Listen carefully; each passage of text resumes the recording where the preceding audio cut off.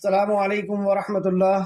ان الحمد للہ نحمده ونستعینه ونستغفره ونعوذ باللہ من شرور انفسنا ومن سیئات اعمالنا من يهده اللہ فلا مضل له ومن يضلل فلا هادی له واشهد ان لا الہ الا اللہ واشهد ان محمدا عبدہ ورسولہ۔ ہر قسم کی تعریف اور شکر اللہ رب العزت کے لیے لائق اور زیبا ہے، جو ساری کائنات کا ایک و تنہا خالق، مالک، مربی اور منتظم ہے۔ درود و سلام ہو انبیاء اکرام پر، خصوصاً نبی مکرم رحمت للعالمین امام الانبیاء محمد الرسول اللہ صلی اللہ علیہ وسلم پر اور آپ کے اصحاب پر۔ معزز سامعین اکرام، آج انشاءاللہ سورہ شورا کی آیت نمبر 40 سے کلاس رہے گی۔ اللہ رب العزت سے دعا ہے کہ اللہ رب العزت ہمیں صحیح معنوں میں قرآن مقدس کو سمجھنے، اس پہ غور فکر کرنے، ایمان لانے اور عمل کے ساتھ لوگوں تک پہنچانے کی توفیق عطا فرمائے، آمین یا رب العالمین۔ اعوذ باللہ من الشیطان الرجیم۔ اے اللہ، ہم تیری پناہ میں آتے ہیں شیطان سے۔ اے اللہ، تو ہمیں شیطان کے مکر و فریب سے بچا لے کہ وہ تیرے کلام سے، تیرے دین سے ہمیں دور کر دے۔ بسم اللہ الرحمن الرحیم، اللہ کے نام سے جو رحمان اور رحیم ہے۔ اس عظیم کام کو کہ ہمارا خالق اور ہمارا مالک ہمارے لیے کیا اس نے احکام و مسائل، کیا ہمارے لیے نصیحتیں، کیا ہمارے لیے پیغام نازل کیا ہے، اس عظیم کام کو اے خالق ہم تیرے نام سے شروع کرتے ہیں۔ اے اللہ، تو رحمان ہے، تو رحیم ہے، اس پر ہمیں ایمان دے دے، اس پہ ہمیں غور و فکر کی توفیق دے دے، اس پہ عمل کی ہمیں توفیق دے دے، آمین یا رب العالمین۔ آیت نمبر 40 سورہ شورا۔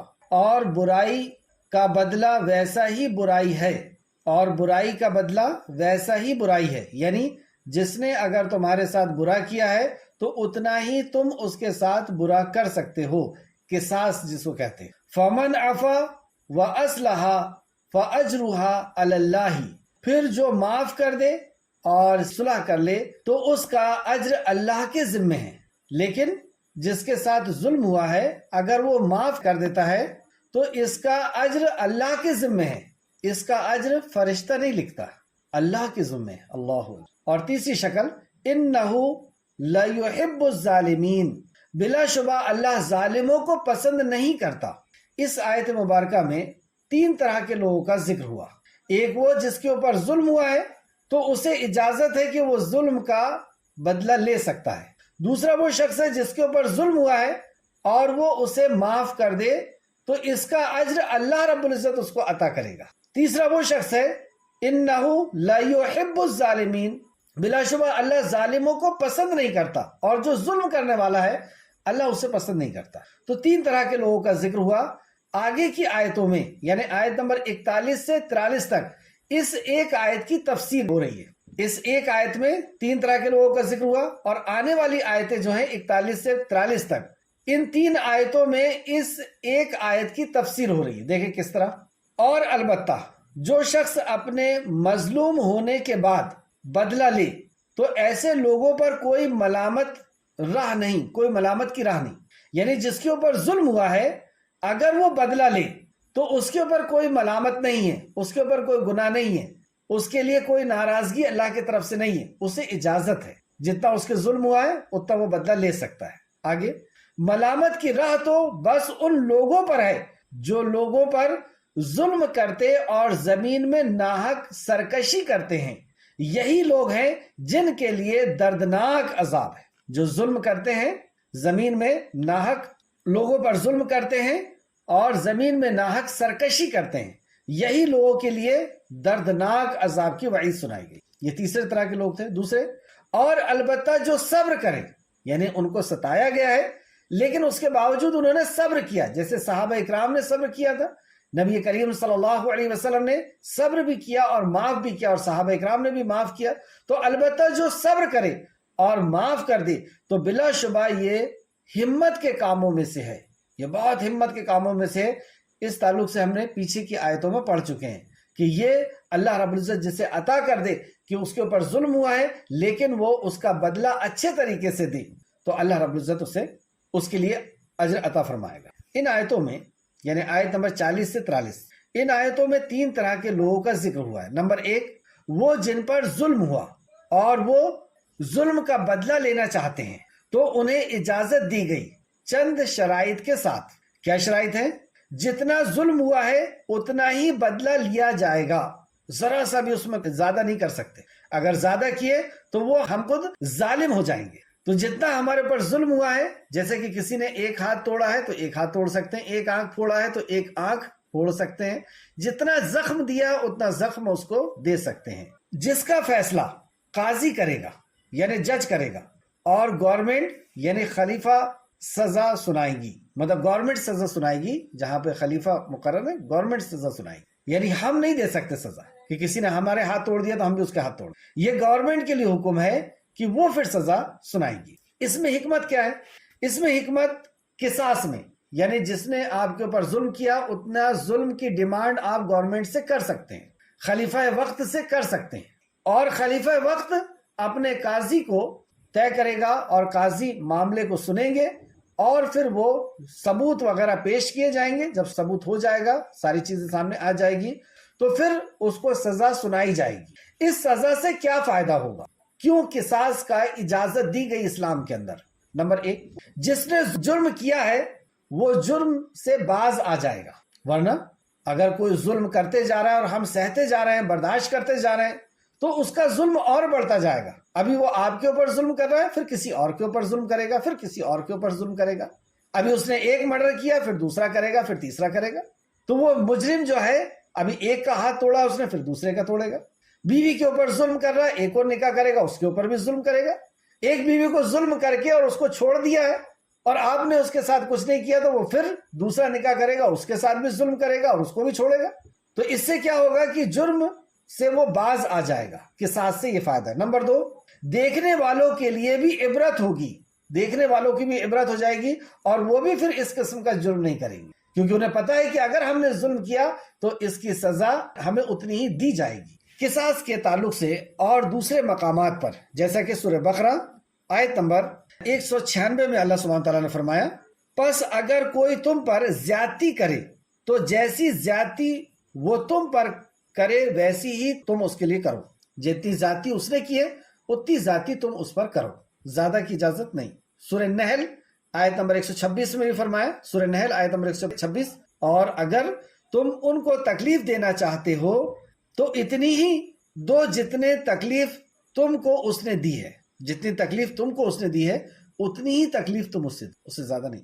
تو یہ چند شرائط کے ساتھ قصاص کا اجازت دی گئی. دوسرے طرح کے لوگ جن کا ذکر کیا گیا، جن پر ظلم ہوا ہے وہ صبر کریں اور معاف کر دیں تو اس کا اجر اللہ کے ذمہ ہے.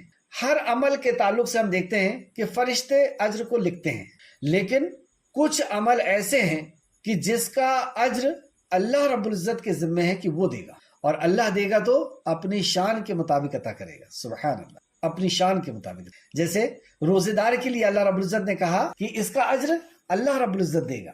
فرشتے کے اندر یہ طاقت نہیں کہ وہ اس کا اجر، تو اللہ کیسا اجر دے گا؟ جیسی اس کی شان کو لائق ہے. کیا اجر اللہ رب العزت عطا فرما دے. تو یہ صبر اتنی بڑی نعمت ہے، یہ صبر اتنی بڑی چیز ہے کہ بندہ پاور ہونے کے باوجود، یا پاور نہیں بھی ہے، طاقت نہیں بھی ہے، اور اس کے اوپر کوئی ظلم کر رہا ہے اور وہ ظلم کا بدلہ نہیں لے رہا، تو اس کے اجر کے تعلق سے اللہ نے فرمایا کہ اللہ کے ذمہ ہے، اور یہ حکمت کے کاموں میں سے ہے، یہاں تک کہ اسے انتقام لینے کی طاقت بھی ہو، اور وہ اگر معاف کر دیتا ہے تو یہ بہت بڑے اجر کا باعث ہے. جیسا کہ سورہ مائدہ آیت نمبر 45 میں اللہ نے فرمایا، اور سب زخموں کا اسی طرح بدلہ ہے. یعنی اگر قصاص لینا ہے تو جتنا زخم اس نے دیا ہے اتنا زخم تم اس کو دے سکتے ہو، لیکن جو شخص بدلہ معاف کر دے وہ اس کے لیے کفارہ بن جائے گا. جیسے ہم پر کسی نے ظلم کیا، ہم نے اسے معاف کر دیا، تو ہم نے اسے معاف کیا ہے تو اللہ بھی ہمیں معاف کرے گا. ہمارے لیے وہ عمل کفارہ بن جائے گا، ہمارے گناہوں کا کفارہ بن جائے گا. سبحان اللہ. اسی طرح ایک حدیث بھی دیکھتے ہیں، رسول اللہ صلی اللہ علیہ وسلم نے فرمایا، اللہ تعالیٰ معاف کر دینے سے بندے کی عزت میں اور اضافہ کرتا ہے. جو بندہ معاف کر دیتا ہے اللہ رب العزت اس کی عزت میں اور اضافہ کرتا ہے. لیکن ایسے ہی وقت میں ہم دیکھتے ہیں، پہلے اس کا نمبر لکھ لیں، مسلم شریف حدیث نمبر 2588 2588.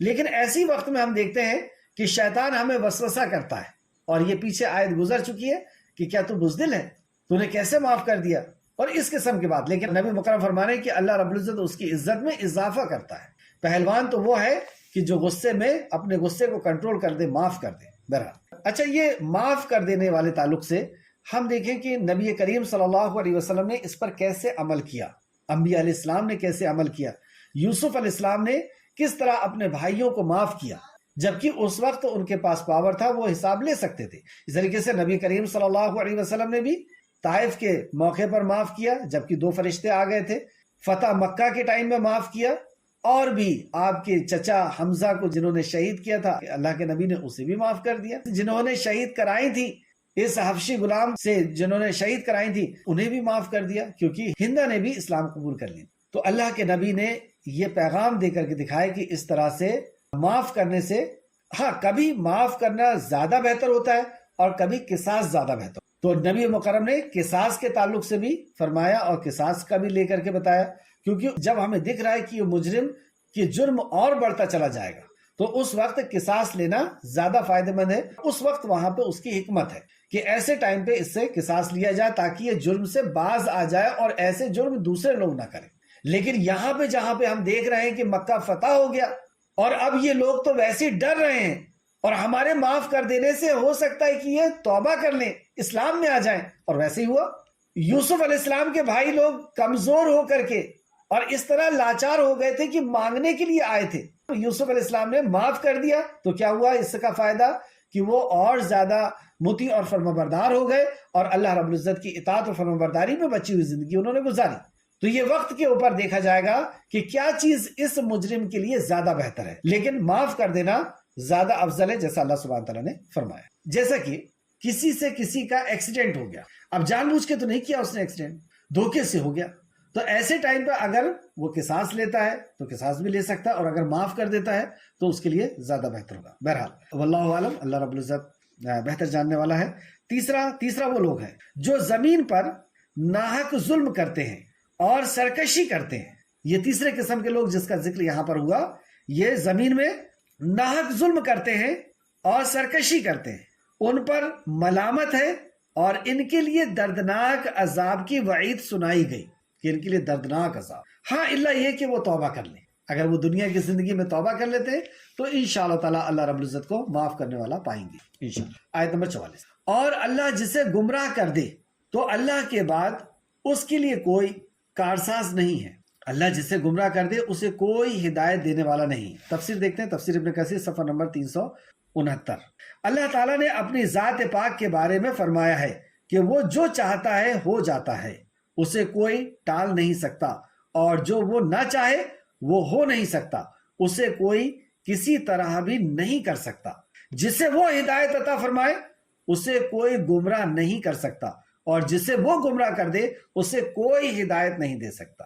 جیسے کہ سورہ کہف آیت نمبر 17 کے اندر اللہ نے فرمایا وَمَن يُضْلِلْ فَلَن تَجِدَ لَهُ وَلِيًّا مُرْشِدًا، اور جس کو وہ گمراہ کر دے تو آپ اس کے لیے کوئی دوست اور راہ بتانے والا نہیں پائیں گے۔ تو اللہ جسے گمراہ کر دے اسے کوئی ہدایت نہیں دے سکتا۔ تو اللہ کسے گمراہ کرتا ہے؟ جو گمراہی کو پسند کرتا ہے، جو اللہ کی نافرمانی، اللہ کے نبی کی نافرمانی کرتا ہے۔ اور ہدایت کسے دیتا ہے؟ جو ہدایت کو پسند کرتا ہے، جو ہدایت کی طلب کرتا ہے، جو ہدایت کی تڑپ رکھتا ہے، جو ہدایت کی طرف جستجو کرتا ہے، کوشش کرتا ہے۔ اور بھی دوسرے مقامات پر صفات اللہ رب العزت نے بتائی کہ کس کو اللہ رب العزت ہدایت عطا فرمائے، یعنی جو ہدایت کا حقدار ہوتا ہے اللہ اسے ہدایت دے۔ آگے اللہ فرماتا ہے اور آپ ظالموں کو دیکھیں گے کہ جب وہ عذاب دیکھیں گے تو کہیں گے، یعنی جنہیں ہدایت نہیں ملی، جو ہدایت کے حقدار نہیں تھے، جب وہ حشر کے میدان میں پہنچیں گے اور جب وہ عذاب کو دیکھیں گے تو وہ کیا کہیں گے؟ کیا واپسی کا کوئی راستہ ہے؟ کیا ہم یہاں سے بچائے جا سکتے ہیں؟ کیا ہمیں ایک بار دنیا میں پہنچایا جا سکتا ہے؟ کیا کوئی واپسی کا راستہ ہے؟ کس طریقے سے ہم واپس چل جائیں؟ کیوں نہیں ان کو مہلت دی گئی واپسی؟ کیوں نہیں آج تک کوئی مجرم قبر کے عذاب سے بچ کر کے دنیا میں آ گیا؟ کیوں نہیں دوبارہ پنرجنم جس کو کہتے ہیں، کیوں نہیں ہے دوبارہ اس دنیا میں پھر سے جنم کیوں نہیں ہے؟ جواب سورہ انعام آیت نمبر 27 سے 28 دیکھتے ہیں۔ کاش آپ ان کو اس وقت دیکھیں جب یہ آگ کے کنارے پر کھڑے کیے جائیں گے تو کہیں گے اے کاش ہم پھر دنیا میں لوٹا دیے جائیں تو اپنے پروردگار کی نشانیوں کی تکذیب نہیں کریں گے۔ نہ اللہ کی نشانیوں کو دیکھ کر کے جو انکار کیا تھا اللہ کی وحدانیت کا، اللہ کے وجود کا، اب ہم ایسا نہیں کریں گے اور مومنوں میں سے ہو جائیں گے۔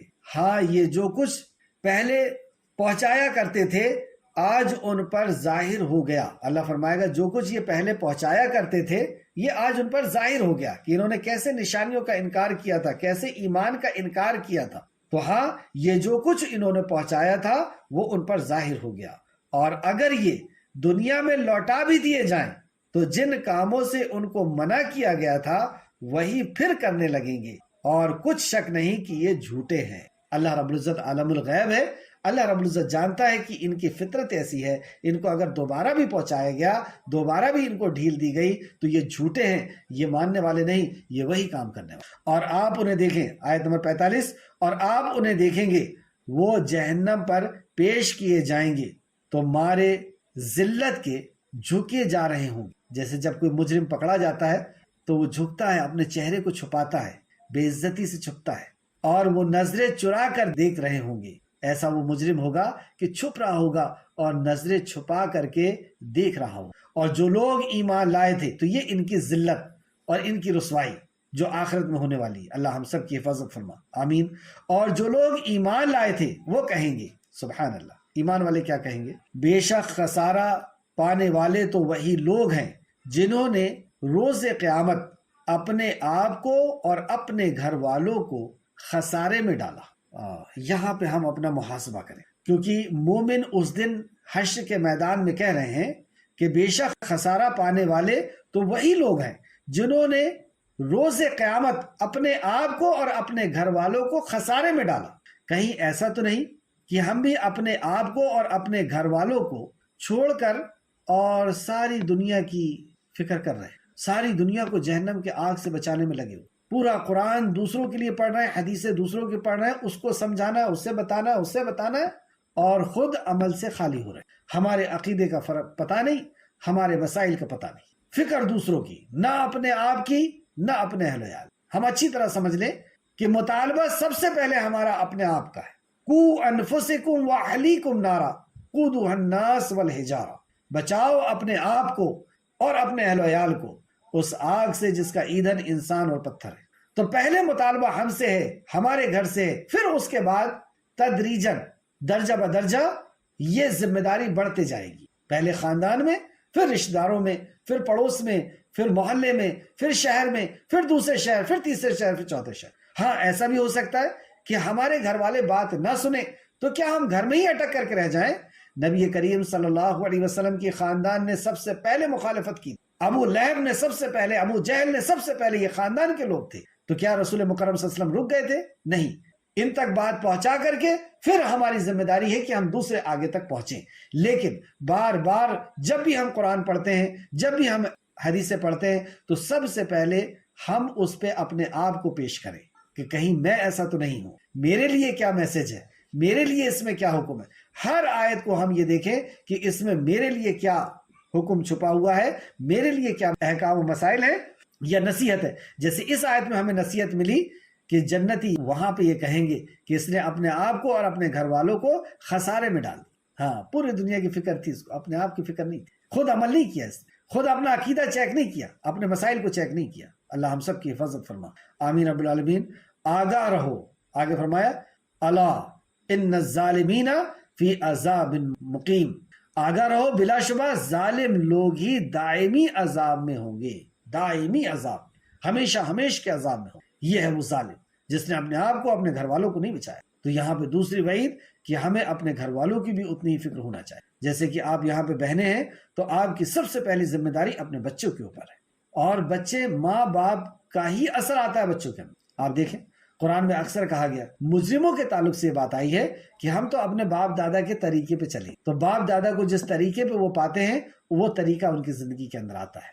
اللہ رب العزت ہماری اصلاح فرما دے، ہماری تربیت فرما دے. اگر ہماری تربیت ہو گئی تو ہمارے اولاد کی بھی اپنے آپ تربیت ہو انشاءاللہ. آیت نمبر 46. اور ان کے لیے اللہ کے سوا کوئی ایسا دوست نہیں ہوگا، ہوں گے جو ان کے مدد کر سکیں گے. مطلب حشر کے میدان میں ان کے کوئی دوست ایسے نہیں ہوں گے جو ان کی مدد کر سکیں. اور جسے اللہ گمراہ کر دے تو اس کے لیے ہدایت کا کوئی راستہ ہی نہیں. جس سے اللہ گمراہ کر دے، جسے اللہ اپنے در سے دھتکار دے، جسے اللہ رب العزت ہدایت سے روک دے، اسے کوئی ہدایت دینے والا نہیں. استجیبوا لربکم، استجیبوا لربکم، سبحان اللہ. آیت نمبر 47. تم اپنے رب کا فرمان قبول کر لو۔ کس کو کہا گیا کہ تم اپنے رب کا فرمان قبول کر لو؟ یہ قیامت تک آنے والے انسان سے کہا جا رہا ہے، یہ قیامت تک آنے والے آدمزاد اور جناتوں سے کہا جا رہا ہے، کیونکہ یہ دونوں کے ہی لیے قرآن آیا ہے اور نبی کریم صلی اللہ علیہ وسلم آئے ہیں کہ تم اپنے رب کا فرمان قبول کر لو، اس سے پہلے کہ اللہ کی طرف سے وہ دن آ جائے جو ٹلنے والا نہیں، جو کسی طرح بھی ٹالا نہیں جا سکتا۔ ایسا دن آ جائے اس کے پہلے تم اللہ کے فرمان کو، اللہ کے فرمان کو، اللہ کے احکامات کو قبول کر لو، فرمان کو قبول۔ وہ دن کیسا ہوگا؟ اس دن تمہارے لیے کوئی جائے پناہ نہیں ہوگی، بھاگ کر جانے کی کوئی جگہ تمہارے پاس نہیں، اور نہ تم اس سے انکار بھی بن پڑے گا، مطلب اس دن تمہیں گناہوں سے انکار بھی نہیں بن پڑے گا، اور کوئی جائے پناہ نہیں ہوگی، بھاگ کر کے جانے کی کوئی راستہ نہیں ہوگا۔ یہاں تو پریشان ہو کے کہتے ہیں نا کہ پریشانی بہت زیادہ ہے، مر جائیں گے، سوسائڈ کر لیں گے، لیکن وہاں تو موت کو بھی موت دے دی گئی ہے، اور اللہ رب العزت کے بارگاہ سے کہاں بچ کر کے بھاگیں گے؟ سورہ لقمان آیت نمبر 10 سے 12 دیکھیں۔ اس دن انسان کہے گا کہ اب کہاں بھاگنے کی جگہ ہے، ہرگز نہیں، کہیں پناہ نہیں، اس روز پروردگار ہی کے پاس ٹھکانہ ہے۔ اللہ رب العزت کی بارگاہ سے کوئی اپنے قدم کو نہیں ہلا سکتا۔ اللہم حسبنی حسابی۔ آگے آیت دیکھیں، آیت نمبر 48۔ پھر اگر وہ اعراض کریں، انکار کریں تو، پھر اگر وہ اعراض کریں، انکار کریں تو کس سے کہا گیا؟ وہی جو آیت نمبر 47 سے بات شروع ہوئی ہے، استجیبوا لربکم، تم اپنے رب کا فرمان قبول کر لو۔ تو جو رب کا فرمان قبول کرنے سے انکار کر دے، پہلے آیت میں سمجھایا گیا، آیت نمبر 47 میں، تم اپنے رب کا فرمان قبول کر لو اس دن سے آنے کے پہلے جو دن کسی حالت میں ٹالا نہیں جائے گا، اور اس دن بھاگنے کی کوئی جگہ نہیں ہوگی، کوئی تمہارا حمایتی اور مددگار نہیں ہوگا، اور تمہیں اس دن اپنے گناہوں سے انکار بھی نہیں بن پڑے گا، کیونکہ تمہارے گناہوں کے بارے میں بتانے کے لیے کئی قسم کے گواہ ہوں گے، فرشتے گواہ ہوں گے، تمہاری کتاب گواہ ہوگی، تمہارا جسم گواہ ہوگا، اور تمہارے نام اعمال گواہ ہوں گے، ان کا وزن، جو نام اعمال کا وزن ہے وہ خود گواہ ہوگا، اللہ رب العزت خود گواہ کافی ہے، کوئی بن نہیں پڑے گا۔ لیکن اس کے باوجود اتنا سب کچھ سن لینے کے بعد وہ اگر نہیں مانتے، اللہ کے فرمان کو قبول نہیں کرتے، تو پھر اگر وہ اعراض کرتے ہیں، انکار کرتے ہیں، تو اے نبی صلی اللہ علیہ وسلم، ہم نے آپ کو ان پر کوئی نگران نہیں بنایا ہے، آپ کی کوئی جواب داری نہیں ہے، آپ فکر مند نہ ہو، آپ نے اپنا پیغام پہنچانے کا جو حق تھا وہ ادا کر دیا، آپ اس ٹینشن و فکر میں کہ اپنے آپ کو ہلاک کر لیں گے، آپ نے اپنا کام کر دیا، آپ ان کے اوپر کوئی ذمہ دار نہیں ہے، جیسا کہ دوسرے مقام پر بھی آپ دیکھ سکتے ہیں، سورہ بقرہ آیت نمبر 275، لیس علیک ہداہم ولکن اللہ یہدی من یشاء، آپ ان کی ہدایت کے ذمہ دار نہیں ہیں، مطلب آپ کا کام تو پیغام پہنچا دینے کا تھا، آپ ان کی ہدایت کے ذمہ دار نہیں ہیں، بلکہ اللہ ہی جس کو چاہتا ہے ہدایت بخشتا ہے۔ تو یہاں پہ بھی آپ پھر سے دیکھیں آیت نمبر 48 میں، پھر اگر وہ اعراض کرتے ہیں، انکار کرتے ہیں، آپ کی دعوت کو قبول نہیں کرتے، اور مکی صورت ہے، دعوت کس چیز کی تھی؟ توحید، آخرت اور رسالت کی دعوت تھی، اور اچھے اخلاق کی بعض دفعہ دعوت دی گئی، تو پھر اگر وہ اعراض کرتے ہیں تو اے نبی، ہم نے آپ کو ان پر کوئی نگران بنا کر نہیں بھیجا، آپ کے ذمے تو پہنچا دینا ہے، یہ بات بہت ڈرا دینے والی، آپ کے ذمے تو پہنچا دینا ہے، تو حساب کون لے گا؟ اور پہنچ تو گئی ہم تک بات، ہم خود گواہ ہو گئے، خود پڑھ کر کے، ہم نے خود ہی پڑھ لیا حدیث کو، قرآن کو، نبی کریم صلی اللہ علیہ وسلم نے جو ایکسپلین کیا، جو حدیثیں بیان فرمائی، جو سنت آئی، وہ ہم نے تو پڑھ لیا، یا ہم تک علماء اکرام کے ذریعے سے پہنچ گئی ہے، تو اللہ کے نبی کے اوپر جو ذمہ داری تھی وہ تو پوری ہو گئی، اب حساب کون لے گا؟ پھر سے دیکھیں، آپ کے ذمے تو پہنچا دینا ہے۔ حساب کے تعلق سے دیکھتے ہیں سورہ رعد آیت نمبر 40، پس بے شک آپ کا کام ہمارے احکام کو پہنچا دینا ہے، اور ہمارا کام حساب لینا، ہمارا کام حساب، اللہ حساب لے گا، تو محاسبہ کر لیں کہ ہم تک پیغام پہنچ گیا، اب ہم حساب دینے کے لیے تیار ہو جائیں، کہ مرنا ہے اور اس کے بعد حساب دینا، عمر کہاں گزاری، جوانی کہاں گزاری، مال کہاں سے کمایا، مال کہاں خرچ کیا، جو علم تھا اس پہ کتنا عمل کیا، یہ 5 سوالوں کا جواب جب تک نہیں دیں گے ہم ہل نہیں سکتے۔ اللہ نے کہا حساب میں لوں گا، میں نے ان کو زندگی دی، میں نے ان کو جوانی دی تھی، اور جوانی کی طاقت اور جوانی کی صلاحیت اور عقل کی صلاحیت میں نے دی، میں حساب لوں۔ کیسے رونگٹے کھڑے کر دینے والی بات، ان راتوں کا حساب، ان دنوں کا حساب، ان جوانیوں کا حساب، ان پڑوسیوں کا حساب، ان رشتہ داروں کا حساب، ماں باپ کا حساب، کیا تیار ہیں ہم؟ جن چیزوں کو اللہ نے حرام کیا تھا اس کا حساب کیا تیار ہیں ہم؟ پیغام تو آ گیا ہمارے پاس اور ہم خود گواہ بن گئے پڑھ کر. اور اگر کوئی یہ سوچ رہا ہے کہ کاش میں نہیں پڑھا ہوتا تو کیا وہ بچ جائے گا؟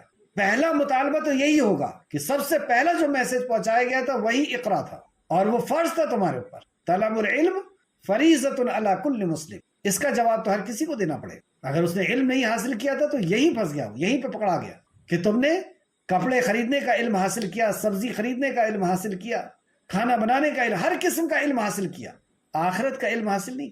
حقیر سمجھا تھا آخرت کو. اللہ کے کلام کا علم حاصل نہیں کیا، حقیر سمجھا تھا اللہ کے کلام کو کہ یہ علم حاصل کرنے کی چیز نہیں ہے.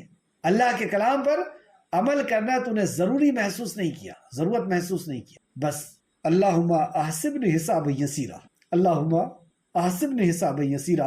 اے اللہ ہمارے حساب کو آسان فرما دے، اے اللہ ہمارے حساب کو آسان فرما دے، اے اللہ ہمارے حساب کو آسان فرما. آمین یا رب العالمین. آیت نمبر 48. پھر اگر وہ اعراض کریں، اے اللہ ہمیں توفیق عطا فرما کہ ہم اللہ تیرے کلام کو، تیرے نبی کے فرمان کو قبول کرنے والے ہو جائیں، سمعنا واطعنا ہماری فطرت ہو جائے.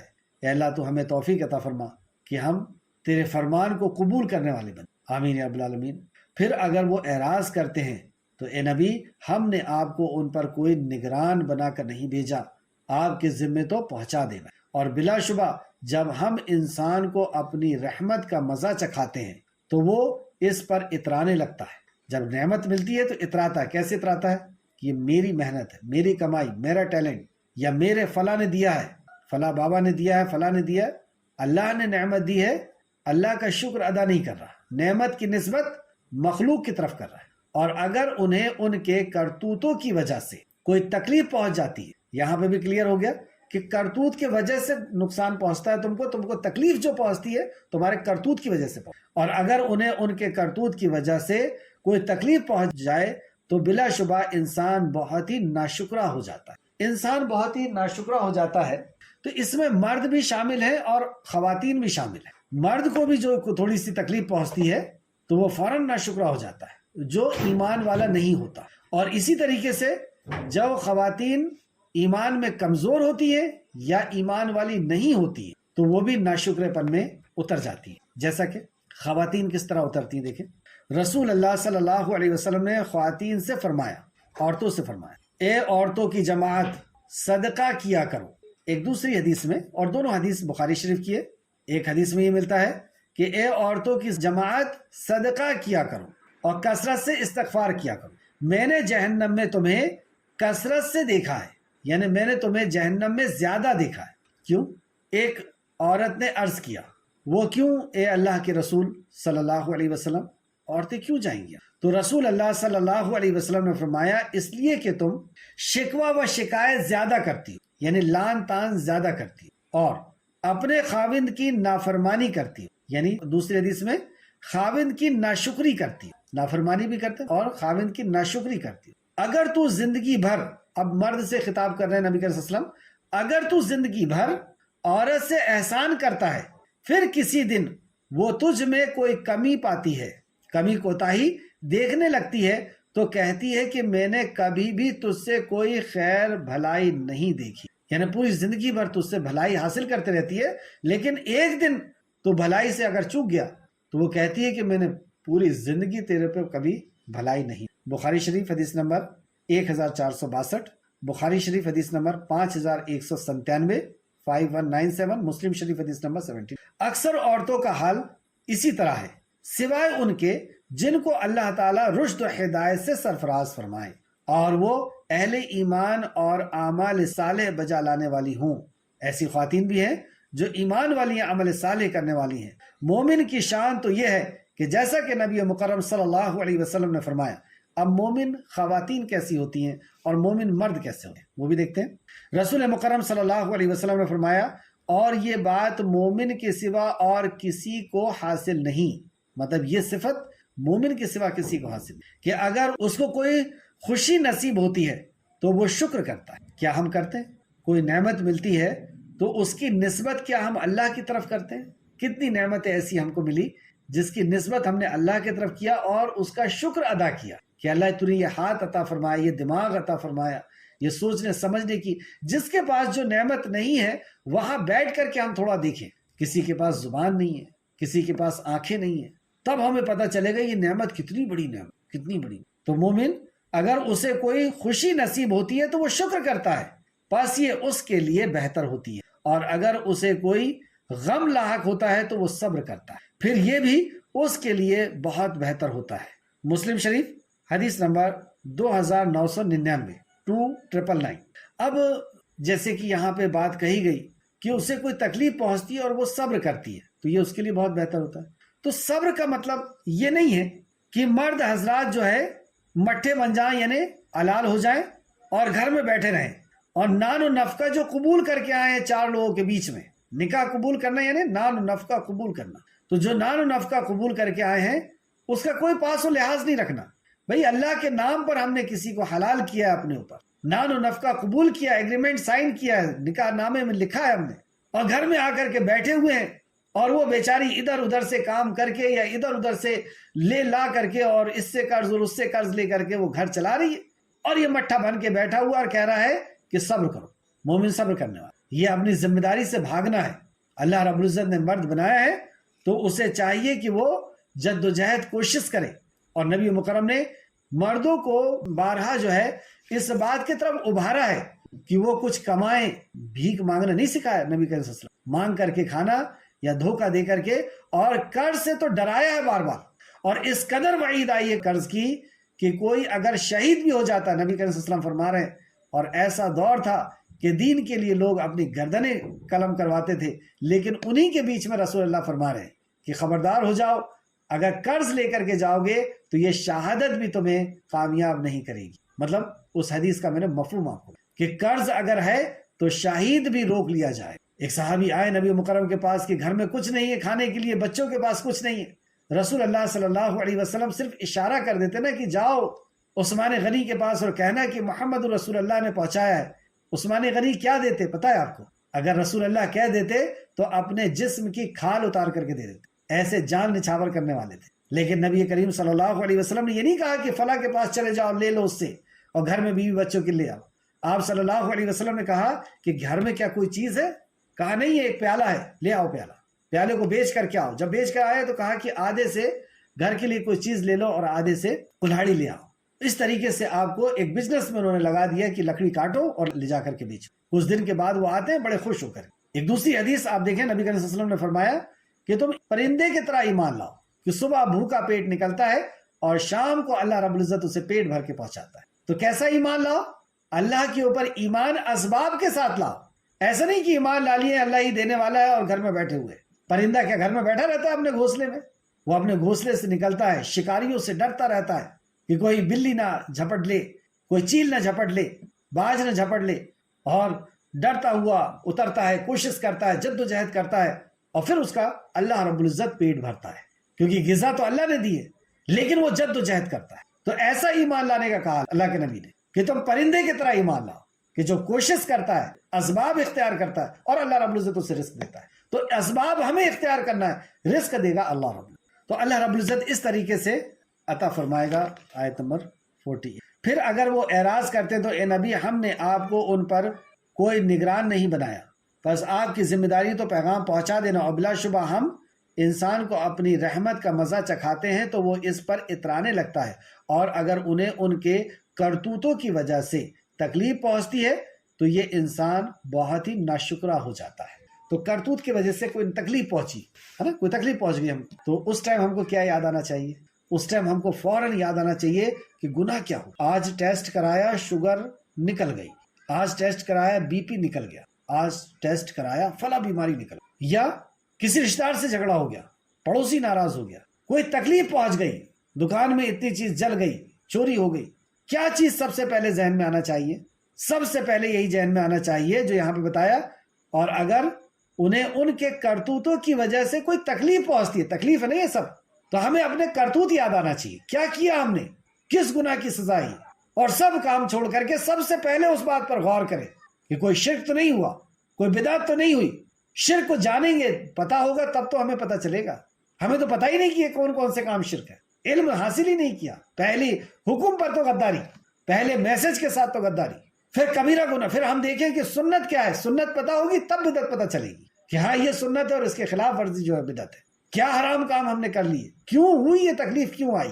ایک واقعہ یاد آیا، نبی کریم صلی اللہ علیہ وسلم کو طائف میں بے تحاشا بدماش جو ہے نوجوان اور پتھروں سے گھائل کر دیے. آسمان کی طرف دیکھ کے کیا کہتے ہیں پتہ ہے؟ یا اللہ اگر تو ناراض نہیں ہے تو مجھے کوئی پرواہ نہیں. کیا میسج چھپا ہوا ہے اس میں کہ یہ تکلیف اور یہ جو بے عزتی پہنچ رہی ہے، یا اللہ اگر تو ناراض نہیں ہے تو مجھے کوئی پرواہ نہیں. آپ کے اوپر آزمائش تھی، اللہ رب العزت آپ سے ناراض نہیں تھا، ایسی نہیں فرشتوں کو پہنچا دیا. تو ہمارے اوپر جو تکلیف آ رہی ہے، ہمیں سب سے پہلے آسمان کی طرف دیکھ کر کے یا اللہ رب العزت کو ذہن میں لا کر کے کیا یہ نہیں سوچنا چاہیے کہ اللہ کیا غلطی ہو گئی، یا اللہ تو دکھا دے میری غلطی تاکہ میں اس پہ توبہ کر لوں.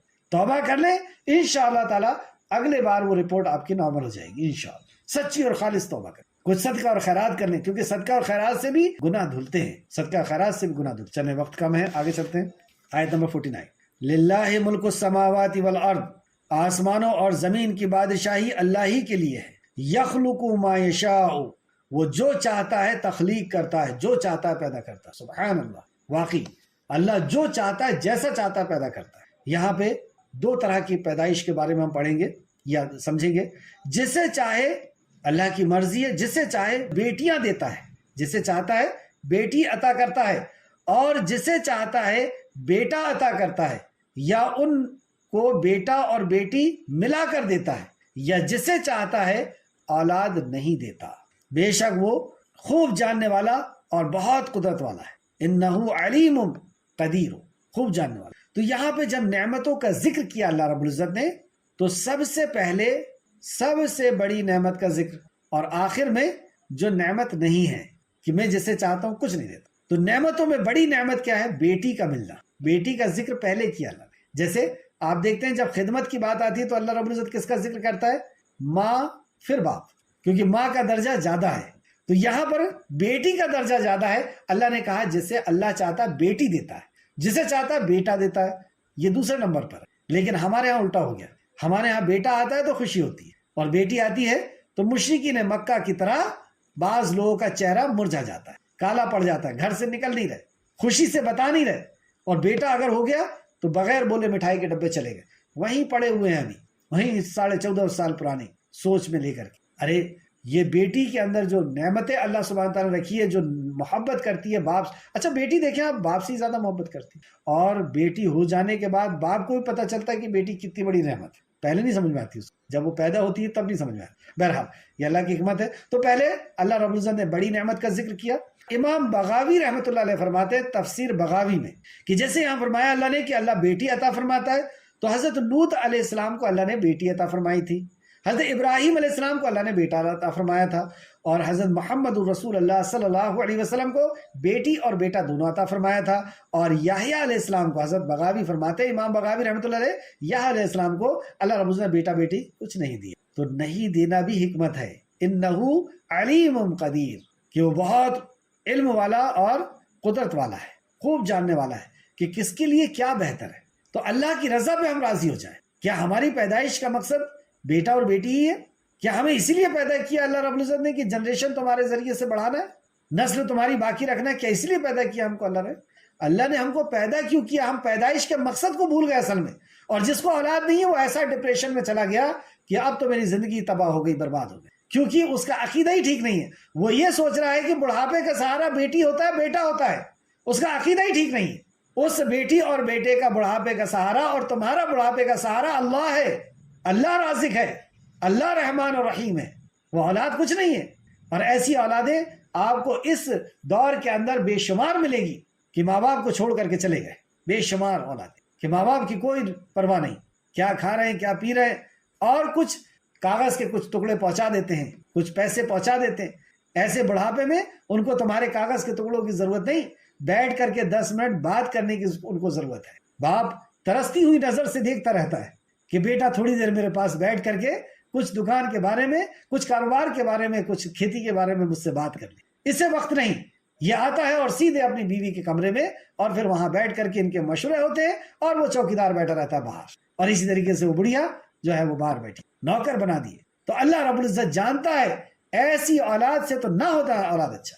روزانہ کڑنا روزانہ رونا اس سے اچھا تو یہ تھا اب ہم حکمت سمجھے اللہ کی، وہ ہمارا رب ہے، کئی ماہوں سے زیادہ ہم سے محبت کرتا ہے، اگر اس نے اولاد نہیں دی ہے اس میں اس کی راز ہے، ہم اس کی رضا پہ راضی رہے۔ اولاد کے لیے ہم کو پیدا نہیں کیا، اللہ نے ہمیں ہماری آخرت بنانے کے لیے پیدا کیا۔ وما خلقت الجن والانس الا ليعبدون، کہ میں نے نہیں پیدا کیا انس اور جن کو مگر اس لیے کہ وہ میری عبادت کریں۔ ہمیں اللہ کی عبادت کے لیے پیدا کیا گیا، ہم نے اپنا مقصد بھول گئے، کوٹھیاں بنانا، گاڑیاں بنانا، اولادیں اور ناتی اور پوتے، یہ ہم نے اپنا مقصد سمجھ لیا۔ جب موت کا فرشتہ آتا ہے تب عقل آتی ہے ٹھکانے پر کہ ارے یہ تو سب دھوکا تھا، لاہور لیب تھا، جس نے پچھلی کلاس میں گیا کہ خالق نے بتایا کہ یہ لاہور لیب ہے، یہ کھیل اور تماشا ہے، یہ دھوکا ہے، یہ دھوکے کی زندگی ہے۔ تو اس زندگی کے اندر ہم اپنی پیدائش کے مقصد سمجھے۔ پیدائش کی شکل بھی جیسے کہ یہاں پہ آپ نے دیکھا کہ اللہ ہی عطا کرتا ہے، کوئی نہیں دے سکتا اولاد۔ اگر اولاد میل اور فیمیل کے ملنے سے ہی ہوتی ہے تو کئی لوگ بے اولاد ہیں، کئی بادشاہ بے اولاد چلے گئے، کئی ڈاکٹرز بے اولاد چلے گئے۔ اولاد دینے والی ذات صرف اور صرف اللہ سبحانہ تعالیٰ کی ہے۔ مخلوق کو پیدا نہیں کرتی، خالق مخلوق کو پیدا کرتا، تو مخلوق کے پاس جانا بے عزت۔ تو پیدائش کی شکلیں بھی آپ دیکھیں، آدم علیہ السلام کو اللہ سبحانہ تعالیٰ نے بغیر باپ کے پیدا کر دیا، جیسے یہاں پہ اللہ نے کہا نا للہ ملک السماوات والارض، آسمانوں اور زمین کی بادشاہی اللہ ہی کے لیے ہے، یخلق ما یشاء، وہ جو چاہتا ہے پیدا کرتا ہے۔ تو آدم علیہ السلام کو بغیر باپ کے پیدا کرتا۔ اچھا، اگر کسی کے ذہن میں شیطان نے یہ وسوسہ ڈال دیا ہو کہ بغیر باپ کے کیسے پیدا ہو، تو آپ خود اپنے دماغ کی کثرت کریں کہ پہلا انسان کیسے بنا ہو۔ جب ماں باپ تھے ہی نہیں تو پہلا انسان جو بنا وہ کیسے بنا؟ تو پہلا انسان اللہ نے بتایا مٹی سے بنایا، دوسرا حوا پسلی سے بنا دیا، ہڈی سے، پہلا مٹی سے، دوسرا ہڈی سے، پسلی سے، تیسرا عیسیٰ علیہ السلام بغیر باپ کے پیدا کر دیا، اور باقی لوگ ہم سب ماں اور باپ کے ذریعے سے۔ تو اللہ رب العزت ہر طرح یخلق ما یشاء، سبحان اللہ۔ آخر 3 آیت، اور یہ کسی بشر کے لائق نہیں کہ اللہ اس سے کلام کرے مگر وحی یعنی الہام کے ذریعے سے۔ یہاں پہ وحی کی قسمیں بتائی گئی ہے کہ کتنے قسم سے آسمانی وحی آتی ہے۔ تو پہلی قسم بتائی الہام کے ذریعے سے، اور اس میں علماء کرام نے خواب کو بھی شامل کیا۔ اور الہام جیسے کہ نبی کریم صلی اللہ علیہ وسلم نے فرمایا کہ روح القدس نے میرے دل میں یہ بات پھونکی ہے، یہ ہے وحی کہ بات کو پھونک دیا جبرائیل السلام نے کہ کوئی نفس اس وقت تک ہرگز فوت نہیں ہوگا جب تک وہ اپنا رزق اور اپنی عمر کو پورا نہیں کر لیتا، خبردار پس تم اللہ سے ڈرو اور اچھے طریقے سے رزق تلاش کرو۔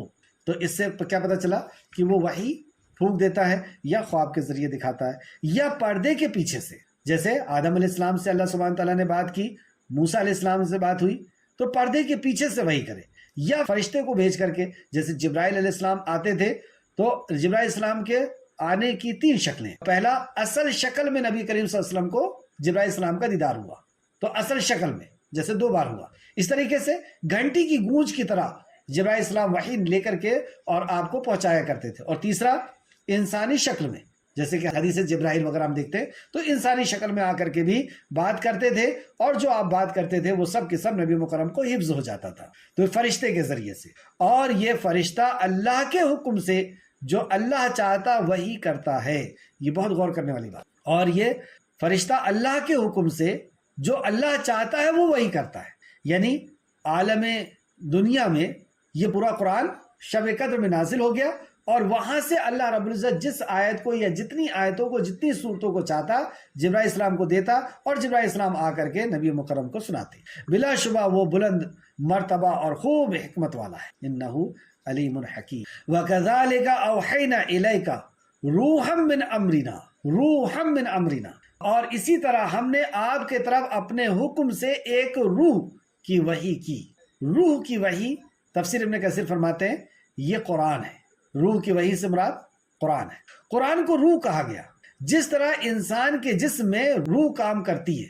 انسان کے جسم میں کیا کام کرتا ہے؟ روح تو کام کرتی ہے، روح نکل گئی تو جسم بیکار۔ اسی طرح انسان کے جسم میں قرآن کا کام کرنا ہے۔ قرآن زندگی ہے، جس نے ایمان لایا اس نے زندگی پائی، ورنہ سمم بکمن امیون کہا اللہ نے، گونگے ہیں، بہرے ہیں، اندھے ہیں، ویران کھنڈر، اور بھی دوسرے مقام پر دوسرے انداز سے ان کو پکارا گیا جنہوں نے اس روح کو اپنے اندر نہیں لی۔ آگے لفظ آپ نہیں جانتے تھے کہ کیا کتاب ہے، مطلب یہ روح اللہ نے نازل فرمائی ہے، آپ نہیں جانتے تھے کہ کتاب کیا ہے اور ایمان کیا ہے، لیکن ہم نے اسے نور بنا دیا، اسے نور بنا دیا، وحی کو نور بنا دیا۔ نور کا کیا کام ہوتا ہے؟ راستہ دکھانا، روشنی۔ تو ہم نے اس کلام کو، اس روح کو نور بنا دیا۔ ہم اپنے بندوں میں سے جس پہ چاہتے ہیں اس کے ذریعے سے ہدایت دیتے ہیں۔ اب یہاں پہ آپ اچھی طرح لکھ لیں کہ ہدایت کس کے ذریعے سے دیتا ہے اللہ؟ پیاس کس کے ذریعے سے بجھاتا ہے؟ پانی سے۔ بھوک کس کے ذریعے سے مٹاتا ہے؟ کھانے کے۔ ہدایت کس کے ذریعے سے؟ آپ کی اور میری بات میں، اور آپ کی اور میری قصے کہانی میں، اور آپ کے اور میرے فلسفے اور آئیڈیا میں ہدایت نہیں ہے۔ ہم اپنے بندوں میں سے جسے چاہتے ہیں اس کے ذریعے سے ہدایت دیتے۔ تو پھر کیا کرنا ہوگا؟ اگر ہم یہ چاہتے ہیں مجھے ہدایت مل جائے، میرے بچوں کو مل جائے، اس قرآن سے ہم جوڑ لیں، اور بلا شبہ آپ سیدھے راستے ہی کے طرف رہنمائی کرتے ہیں، اس اللہ کے راستے کے طرف جو آسمانوں اور زمین کی ہر چیز کا مالک ہے۔ سبحان اللہ۔ کس راستے کی طرف آپ ہدایت کرتے ہیں؟ سبحان اللہ۔ اس سے بہتر اور اس سے اچھا راستہ کیا؟ اس اللہ کے راستے کی طرف جو آسمان اور زمین کی ہر چیز کا مالک ہے۔ آگاہ رہو، اللہ، خبردار ہو جاؤ، الا اللہ تسیر الامور، آگاہ رہو، اللہ ہی کے طرف تمام معاملات لوٹیں گے۔ اللہ الا اللہ تسیر الامور، سارے امور، سارے کام اللہ ہی کی طرف لوٹنے ہیں۔ آخر میں اللہ رب العزت سے دعا ہے کہ خالق مالک جو کچھ بھی ہم نے پڑھا اس پہ ہمیں مزید غور و فکر کرنے کی تو توفیق عطا فرما، جب تک ہمیں زندہ رکھ، ایمان، اخلاص اور عمل صالح کے ساتھ زندہ رکھ، ہمارا خاتمہ بالخیر فرما اور نیکوکاروں کے ساتھ ہمارا شمار فرما دے، آمین یا رب العالمین۔ السلام علیکم ورحمۃ اللہ وبرکاتہ۔